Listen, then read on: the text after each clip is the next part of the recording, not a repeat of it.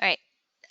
The occupational therapy evaluation for Carolyn is going to be a form template. This is a little bit more mimicking what you would see in a clinic, a traditional clinic, where you're filling out a form. There's check boxes. There's a limited amount of space to write. It's a little bit more of a condensed version of the narrative assignment. You are going to fill in anywhere where there is yellow. I have filled in the information for anything else so that you can see what a complete evaluation would look like, but that you don't actually have to fill it in unless it's pertinent to Carolyn or in regards to the assessment results that you have been given. So concentrate on what's in yellow, but read through the other parts so you can see what else is in a typical evaluation. You're going to put the reason for evaluation. This should be just like the referral information from the narrative case report. And any pertinent diagnosis or medications. So think about your primary diagnoses and your therapy diagnoses, and then anything from the occupational profile that would be important to note. Any pertinent history, think about the occupational profile from the narrative and what you put for relevant occupational history. Any high-risk conditions, this would be your precautions or contraindications. Just list the abbreviations for the assessments that are administered, like we administered for Carolyn the CELS, so you can just write CELS. You don't have to write out the whole name, list all of them. And you're going to look at the psychosocial function because this is more focused on mental health. Watch the video that's provided for you about Carolyn and try and get some idea of what you think about her affect. Is she cooperative? Look at her eye contact, her communication skills, and check what you think is appropriate. You can highlight, you can circle, you can bold, it doesn't matter. Just let me know that what you think is appropriate. Her self-regulation skills. So this is a lot of judgment, okay? Your ability to observe and judge. Then we're looking at cognitive function. This should come from your assessments. So we're not interpreting just one assessment at a time in this report. We're looking at all of the assessments and seeing where this information would come from. So things like orientation and environmental awareness, attention, problem solving, safety awareness. These should come from things like the MOCA, the CELS. What kinds of things is she struggling with? And you should write them in full sentences and indicate where you got the information from. So if she is not oriented, you can say that client is oriented to person and place, but not time, according to the MOCA. For attention, client has difficulty attending to tasks related to language, according to the MOCA. Right. Whatever you think is appropriate. Be complete, but also concise. So it shouldn't be long paragraphs, but you should list important items. I have filled in the sensory and perceptual function for her. So if you want to get a little bit of a idea, a better picture of Carolyn, you can look at what I filled in for her in those areas. You would typically look at that in a mental health setting. Musculoskeletal function, you can look at a range of motion, strength, tone, skin integrity. We would look at seating and positioning. So when we do evaluations, we don't just look at their mental health. We don't just look at their physical condition. We look at everything. Their gross motor function, mobility and movement, fine motor function, and then we're getting into the functional skills. So we're first looking at ADLs and self-care. And up at the top, you can see that a person checks, is it indicated or not indicated? So is it something that you, based on observation, think is important or not important to work on? Their activities of daily living, I have listed for you her toileting, dressing, bathing, and any client factors or performance skill deficits that would be contributing to those things. Notice I'm listing them with some explanation. So modified independent, she needs extended time in queuing to initiate. Why does she need extended time in queuing? Because she lacks energy and drive. She lacks muscle endurance. She has problems with endures and initiates. So I went right to the OTPF and I just went through the client factors and performance skills and listed everything I thought was contributing to her trouble with bathing. You are going to do the same thing for work, education, leisure, and IADLs. This can come from the assessments as well. You have plenty of information in your assessments to address all of these areas. If it's not an issue, then don't complete it. Don't put NA. So work is an issue for Carolyn. You should have something written there. Education may not be an issue. If there is nothing indicating education, then put NA for that. Leisure should be included, household chores, shopping, meal planning, money management. These are all things we know are to be issues for her. For the purposes of this class, because you know the terminology, use the terminology from the FIM, like independent, min assist, mod assist. However, in mental health settings, you don't typically use those unless it's for physical assistance.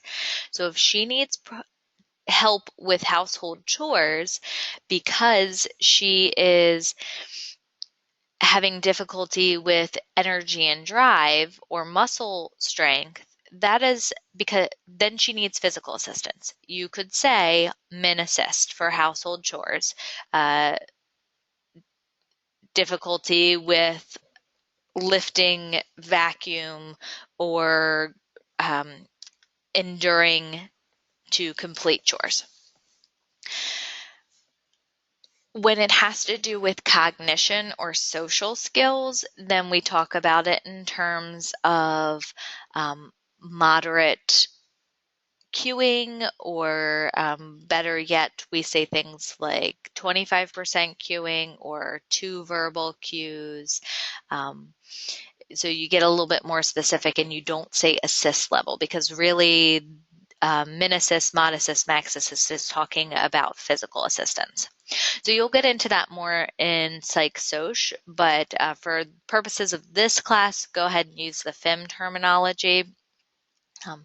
That way we can be consistent in how we're measuring.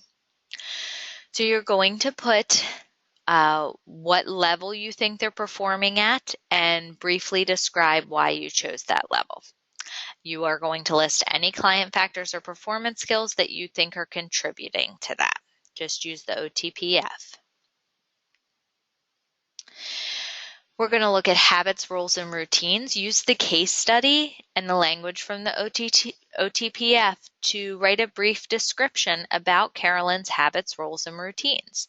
So one of her roles is being a grandmother. So you may want to include that and how it is impacting her. Think about the domains that you used to do and how you would put that their role and what specifically was being impacted, or how that role was being impacted by their disability.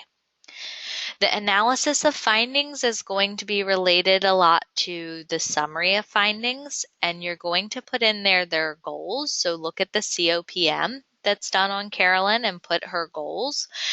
And then your summary of findings. What does everything that you just talked about mean for the client related to occupation? That's going to be their present functional status. What does it mean for how they are functioning? Okay. The environment, modalities, preferences, strategies to support or hinder performance. Again, think about the occupational profile that you did in the narrative and where we talked about supports or hindrances to occupational performance. I talked about I wrote in here the implications for discharge planning. You will learn that later when you get towards interventions, but you should note that we start discharge planning at evaluation. And then you're going to recommend an additional assessment. So go into the literature, go onto the web, think about the problems that this client's having. What else do you need to know?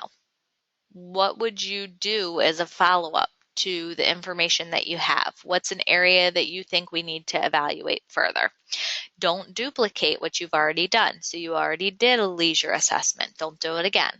You already did a cognitive assessment. Don't do it again. Come up with something um, that you want to zero in on. It could be a specific part of cognition, or it could be another issue that you think may be going on that you want to look at. Recommend, and you just need to put the assessment and a general description of what it assesses. Okay, so maybe you're choosing a sleep assessment. Maybe you choose a home evaluation. You're going to write one long-term and one short-term goal based on the needs that you described using the COAST method. And then this is getting a little ahead, but I want you to start thinking about interventions. Why, based on your goals, give it a shot. Come up with an intervention. It could just be a description of what you're going to do that you would work on with the client. Maybe you're going to work on home modifications and you think it's going to be important for her to get some adaptive equipment, and you're going to work on adaptive equipment training in the home. Maybe you think that she needs to do some strength training or endurance training. So give a little description of something that you would work on with her. Hopefully related to the goals that you have established. And then you're going to grade an activity. So if you look back at the ADL section where we looked at the FIM, there was a activity analysis and grading in there. You want to choose one performance skill that you think is important for Carolyn. Go back to that list of performance skills that you wrote along with work, leisure, IADLs. Come up with one that you think Carolyn is struggling with. Choose some activity that you believe could work towards developing that skill, and describe how you would grade the activity up or down in order to meet her needs. So remember, grade it up means to make it harder. To grade it down means to make it easier. So if you think that she has trouble with energy and drive, and that's the performance skill you're going to address. Your activity, she enjoys cooking. So you're going to do a client-centered activity of meal preparation, and you're addressing energy and drive. And grading up may be that you do a full dinner with dessert from start to finish of a recipe, including going to the grocery store to collect the items for the meal. And grading down may be that she only does one part of a meal or prepares a simple breakfast, because you're reducing the amount of steps that she has to use, okay, and the amount of energy she needs to complete it. So obviously you can't choose that performance skill or activity, but that gives you an idea of what we're looking for in that section. And signature and date. At the very end, there's a little grading rubric that tells you where your points are going to come from. Make sure you look at it to make sure that you are completing all the sections appropriately. Right? And that is the form field evaluation report. If you have any questions, let me know.